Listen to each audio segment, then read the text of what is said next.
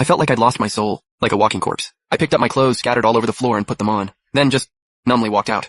I didn't expect that the second I stepped out of his chambers, Lin Huaji was walking straight toward me. I'd seen Lin Huaji from a distance on the street before. One look and I knew she was the Duke of England's precious daughter and Chen Mo's future crown princess. Lin Huaji was genuinely stunning. My dad's the richest man in Liangzhou after all. Her clothes probably weren't even more expensive than mine.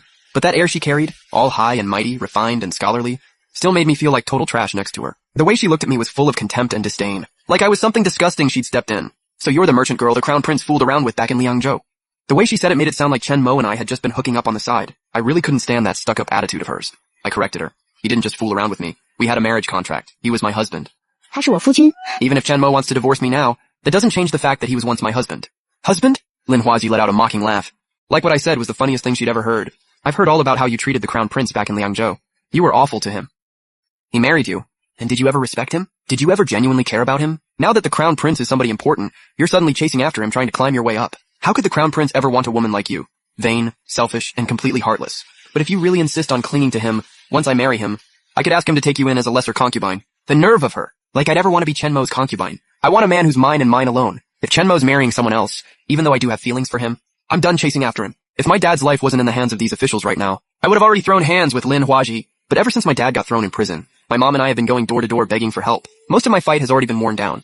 Getting shut down over and over again taught me, no matter how rich my family is, money's nothing without power. I really was spoiled rotten by my parents. That's why I used to act so reckless. Like the rules didn't apply to me. I'm not becoming anyone's concubine. I didn't argue with Lin Huaji. I said my piece, and dragged my still aching body forward. Chen Jindan is such a piece of work. Last night he was like an animal. The one thing I'm grateful for is that I didn't bleed. Hopefully the baby's okay. After I walked out of the crown prince's manor, I looked up at the blazing sun overhead, and the tears just fell. I couldn't stop them. Chen Ma hates me. He just wants to watch my family fall apart. There's no way he'll save my dad. So what am I supposed to do? How do I clear my dad's name? I'm so scared my dad's actually going to get his head cut off. Miss Shen. I was ugly crying right there in public. When I suddenly heard a somewhat familiar voice, I quickly wiped the tears from the corners of my eyes, and turned around to see who called me. Sure enough, it was Lu Xinye. I was never great at studying, so I've always had a lot of admiration for scholars. My dad liked scholars too, so 2 years ago he rounded up all the scholars from Liangzhou that he'd ever financially supported, and had them compete for my embroidered ball. Back then, the one I really wanted to catch it was Lu Xinye, this brilliant, elegant guy. Honestly, when Lu Xinye didn't catch it, I was pretty bummed about it. Then I started falling for Chen Mo, and I thought, okay, maybe this was just how it was meant to be. Too bad Chen Mo never once had feelings for me. He just despised me. I'd heard Lu Xinye had also been appointed to an official post.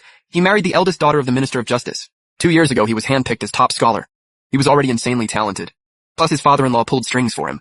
His career took off like a rocket. In just 2 short years he was already a 5th rank official in the Ministry of Justice. And my dad's case was under the Ministry of Justice. I knew he definitely had a say in this. I rushed over to him and begged, Master Lu, my father was framed. Please, can you help him? My dad had helped Lu Xinye and other scholars from humble backgrounds so many times before. I'm not the type to cash in on favors. But right now, I genuinely had no other options. I was just hoping Lu Xinye would remember how my dad helped him and return the favor. It's been 2 years. Miss Shen, you've only gotten more beautiful. Lu Xinye didn't answer my question. He just stared at me. The way he looked at me made me deeply uncomfortable.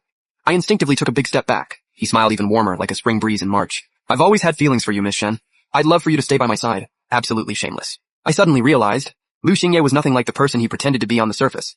Not even close to noble. Just like how Chen Mo seemed like he wanted nothing to do with women, but in reality was a total piece of trash. You really can't judge a man by his looks. My parents had a great relationship. No matter if my dad was broke or loaded, he never once thought about taking a concubine. I grew up surrounded by my parents' love, and naturally assumed that a husband and wife should be faithful to each other. I couldn't believe Lu Xinye was already married to some high-ranking official's daughter, and still wanted me. I forced myself to hide the hand gripping my little gold whip behind my back, and with what little patience I had left, I said, Master Lu, you're already married.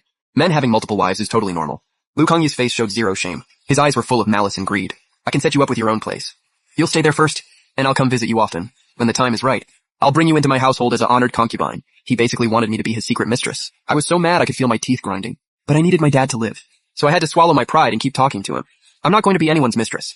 Master Lu, you scholars always say, repay every drop of kindness with a flood of gratitude. My father gave you so much money. Now he's been set up. Please, I'm asking you to help him. Money is the last thing I need right now.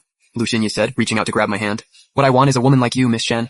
I know you were with the Crown Prince for 2 years, but His Highness is about to get married. He's not going to keep you around. Miss Shen, if you want Shen Nanshen to live, you've got no choice but to come with me.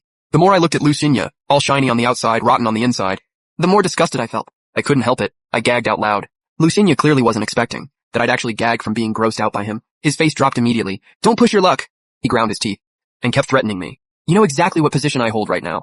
If I want Shen Nanshan dead, he won't even last until his execution next month. Shen Yuchu, I'm giving you 2 days. If after 2 days, I still don't see you at my villa in the south of the city, You can go ahead and start picking out a coffin for Shen Nanshan. He completely lost it after that. No more patience. Glared at me like he wanted to kill me, and walked away without looking back.